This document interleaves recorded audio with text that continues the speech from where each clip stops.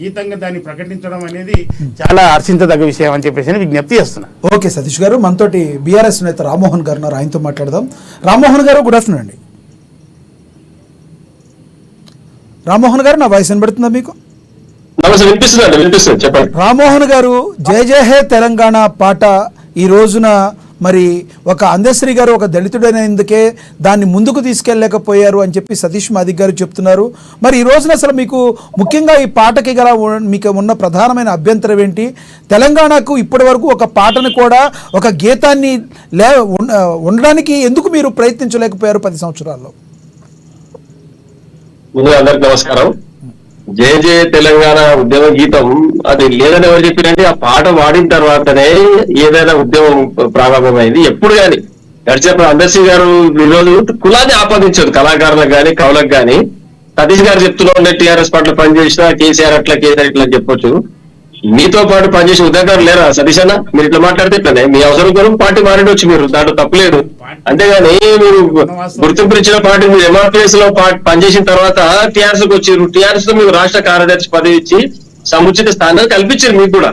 సరే మీ అవసరాల కొరకు వేరే పార్టీకి పోవచ్చు, అది వేరే విషయం. కానీ కేసీఆర్ గారు అందశ్రీ గారిని ఒకవేళ కులంతో చిన్న చూపు చూసినట్టయితే వారికి అంత పెద్దపీట వేసి వారితో గీతం ఎందుకు రాపిస్తారంటే రాష్ట్ర గీతం.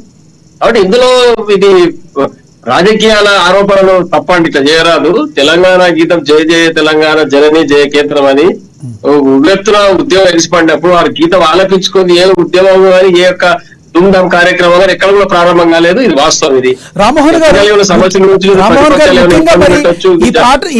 ఎందుకు ప్రకటించాలని ఆలోచన చేసిన విషయం. కానీ అతను కేసీఆర్ కు దళితులంటే కోపం, దళితులు తొక్కేసిన అనేది మీరు వ్యక్తిగతంగా మీరు మాట్లాడొద్దు. అట్లా దళిత మంది ఎందుకు పెట్టినండి? మార్కెట్ కమిటీలో కాంగ్రెస్ పార్టీలో రిజర్వేషన్ లేవు, మీరు గమనించండి.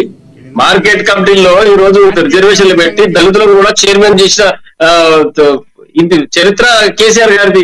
మీరు అది వదిలిపెట్టి దళితులకు భూమి వాళ్ళు తొక్కేసారు, దళితులకు ఏం చేయాలని చెప్తారండి మీరు? దళిత పారిశ్రామికవేత్తలను రామ్మోహన్ మీరు ఒక్క నిమిషం చెప్పండి. ఇప్పుడు దళితులు ఎవరైనా సరే దరఖాస్తు పెట్టుకున్నారా మమ్మల్ని తెలంగాణ రాష్ట్రం వస్తే ముఖ్యమంత్రి చేయమని ఎవరన్నా అడిగినరా? ఎవరు అడగలేగా. అప్పుడు మేము ఉన్నాం కదా పక్కనే. ఎవరైనా అడిగినరా? ఎవరు కూడా అడగలే. కానీ కేసీఆర్ గారే స్వచ్ఛందంగా నేను తెలంగాణ రాష్ట్రం వస్తే దళితుని ముఖ్యమంత్రి చేస్తాను, నేను కాపలా కుక్కలాగా ఉంటానని చెప్పేసి అని అన్నాడు ఆయన. ఆ మాటలు కూడా మేము కాపలా కుక్కలాగా ఉంటాననే మాటను కూడా మేము జీర్ణించుకోలేము. ఎందుకొరకంటే ఒక ఉద్యమకారుడు కాపలా కుక్కలాగా ఉంటానంటే కూడా మేము జీర్ణించుకోలేము ఆ పదాన్ని. కానీ ఆయన్నే మాట్లాడిండు, దళితుడు ముఖ్యమంత్రి అని చెప్పింది ఆయన్నే, కాపలా కుక్కనే ఉంటానని చెప్పింది ఆయన్నే తెలంగాణ వచ్చిన తర్వాత ఆయన్నే ముఖ్యమంత్రి అయ్యిండు. దాని తప్పేముంది నేను దాన్ని చెప్పడంలో? రామ్మోహన్ గారు ఎవరైతే శాసనసభ్యులు గెలిచారో కేసీఆర్ గారి నాయకత్వం కోరుకోరు కాబట్టి వారు ముఖ్యమంత్రి అయ్యారు. తర్వాత అన్ని సమాజం అంతా ఆమోదించిన తర్వాత రెండోసారి అయ్యారు కదా. సమాజం మొత్తం ఆమోదించింది. ఇక్కడ వినండి, నేను ఒక మాట చెప్తాను. తెలంగాణ రాష్ట్రం తెచ్చింది కేసీఆర్ అని తనే చెప్పుకుంటాడు. నేనే తెచ్చిన దీన్ని సాగు నోట్లో తలకాయ పెట్టి నేనే తెచ్చిన అన్నాడు. ఆ సాగు నోట్లో తలకాయ పెట్టిన ఆయన్ని, ఆ తలకాయకు ఒక నాలుక ఉంది, ఆ నాలుకనే చెప్పింది దళిత ముఖ్యమంత్రి అని మళ్ళా అధికారం తెలంగాణ వచ్చిన తర్వాత ఎమ్మెల్యేలు ఒప్పుకోలేదు, దళితుడు ముఖ్యమంత్రి అనే దాన్ని ఒప్పుకోలేదు, నన్ను ఒప్పుకున్నారంటే మరి నీ తలకాయ ఎందుకు, నీ నోట్ల నాలుక ఎందుకు చెప్పు? దానికి విలువ ఉండదు. సాగు నోట్లో తలకాయ పెట్టి తెలంగాణ తెచ్చిన వ్యక్తి మాట ఎవరినారు తెలంగాణలో?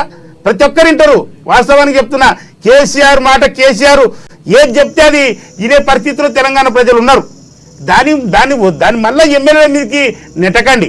మీరు మోసం చేయాలనుకున్నారు, మోసం చేసారు అంతే. దర్శక్ మోసం అనే పనులు వాడదు అక్కడ. ఇప్పుడు సుమారుగా 6.5 దశాబ్దాలు కాంగ్రెస్ పార్టీ హేమాహేమీలు సీనియర్ నాయకులు తెలంగాణ ఉద్యమం నడిచి సక్సెస్ కాలేకపోయారు. ఈ రోజు మనము ఇంకో చిన్న చిన్న విషయాలను పట్టుకొని పెద్ద తెలంగాణ రాష్ట్ర సాధన మనకు ఫైనల్ రామ్మోహన్ అన్న, మీకు తెలీదో కానీ నేను పదమంటున్నందుకు కూడా మన్నించండి. మీకు తెలుసో తెలియదు నాకు తెలియదు, నేను తక్కువ చెప్తున్నా. చూడండి, కేసీఆర్ గారు దళిత ముఖ్యమంత్రి ఎందుకన్నాడో తెలుసా? కేసీఆర్ గారు నక్సలైట్ల టార్గెట్ ఉన్నాడు. కేసీఆర్ గారు గిరాయిపల్లి అడవులు ఎన్కౌంటర్స్ విషయంలో అప్పుడు మంత్రి అయిన ఆయనను చంపుతానని చెప్పేసి టార్గెట్ చేస్తే అలాంటి వ్యక్తి తెలంగాణ ఉద్యమాన్ని నడుపుతున్నాడు. ఆయన ఇతను పేద ప్రజలకు మోసం చేసే వ్యక్తి ఇతని నాయకత్వంలో తెలంగాణ రావడానికి ఇష్టం లేదని చెప్పేసి అని ప్రజలందరూ కూడా ఉద్యమకారులందరూ కూడా విప్లవ సంస్థలన్నీ కూడా అడ్డుకుంటున్న సమయంలో నేను కాదు తెలంగాణ వస్తే ముఖ్యమంత్రిని అయ్యేది, దళితుడు ముఖ్యమంత్రి అవుతారని చెప్పేసి దళిత ముసుగు కప్పుకున్నాడు. దాని ద్వారా ఎవరు నక్సలైట్సే కానీ ఏ ఉద్యమకారులే కానీ లెఫ్టిస్ట్ ఉద్యమకారులే కానీ కేసీఆర్ నిలదీయకుండా పోయినరు. ఇది బలమైన కారణం, అది గుర్తుపెట్టుకోండి. దళిత ముఖ్యమంత్రి వాడింది దళిత ముసుగు కప్పుకోవడానికి కారణం ఏంటంటే ఇది. ఓకే ఓకే అంటే ఉద్యోగం వామపక్ష భాగాల వ్యక్తులందరూ మన కేసీఆర్ గారు టార్గెట్ చేశారు. అండర్ గ్రౌండ్ లో ఉన్న వాళ్ళు టార్గెట్ చేశారు. అతను హిట్ లిస్ట్ లో ఉన్నాడు అతనికి. ఓకే ఓకే రామ్మోహన్ గారు మీరు సతీష్ గారు చెప్పిన దానికి ఏం చెప్తారు మీరు? అదే చెప్తున్నా, ఈ రోజు నారదాస్ లక్ష్మణరావు గారు గాని, జగదీశ్వర్ రెడ్డి గారు గాని, ఈటెల రాజేందర్ గాని వీళ్ళంతా కూడా లెఫ్టిస్ట్ భాగాల నుంచి పార్టీలోకి వచ్చిన వాళ్ళు. సతీష్ గారు ఆయన మాట్లాడినాడు. సతీష్ గారు మిగతా వాళ్ళు కూడా ఉన్నారు, గెస్టులు తీసుకుందాం. సతీష్ గారు ఒక్క నిమిషం ఆయన మాట్లాడినాడు, చెప్పండి. వామపక్ష భావాలు ఉన్న వాళ్ళు తెలంగాణకు ఉద్యమానికి వ్యతిరేకంగా పనిచేసారు. ఆ రోజు మరి ఏమన్నా చేయలే కదా. మీరు ఆ సతీష్ అని ఏం చెప్తుంటే వాళ్ళందరూ కూడా తెలంగాణ ఉద్యమం నడవనివ్వలేదు కాబట్టి కేసీఆర్ గారు టార్గెట్ చేసి మళ్ళీ వస్తాను. మనతో బీజేపీ నేత నందారెడ్డి గారు ఉన్నారు, నందారెడ్డి గారితో మాట్లాడదాం. నందారెడ్డి గారు గుడ్ ఆఫ్టర్నూన్ అండి.